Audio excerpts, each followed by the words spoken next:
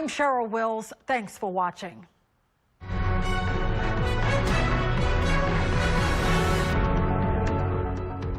A showdown on Capitol Hill tonight. We're just under 2 hours from a government shutdown at midnight. The House urging the Senate to take immediate action.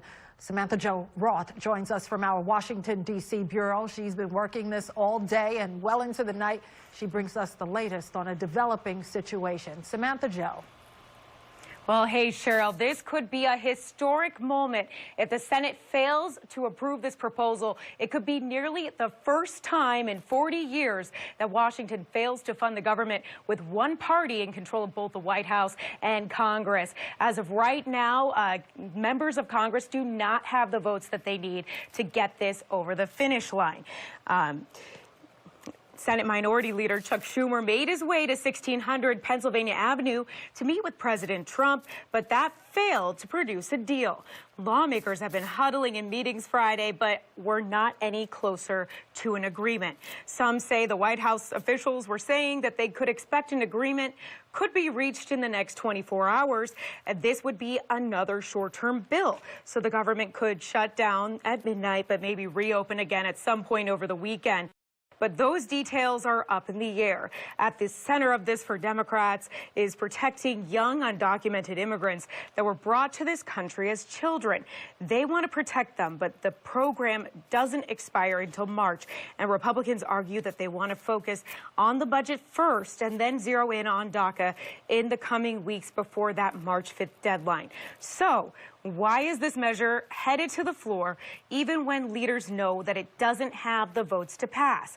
It's a purely political move that will force Democrats facing re-election to be on the record voting no. The shutdown would begin on the first anniversary of President Trump's inauguration as president.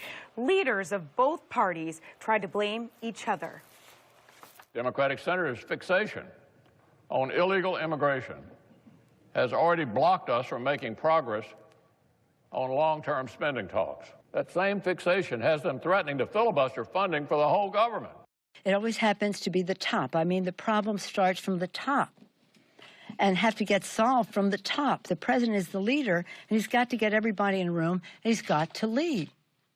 The president of the United States saying that about other presidents and now failing to lead.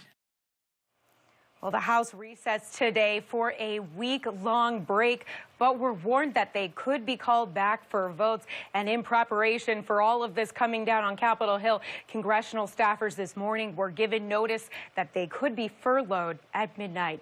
Cheryl. Hey, Samantha-Jo, does either party think this works in their favor? Well, Cheryl, that's a great question. You know, for Republicans, a lot of them don't feel that the deadline for DACA is a good reason to shut down the government. They are sticking to their guns. They're saying, hey, we have to fund the military. We have to fund all of these essential things. Then we can come back to the bargaining table and negotiate DACA. While Democrats, on the other hand, say that the March deadline is rapidly approaching and they need to get it on the table now.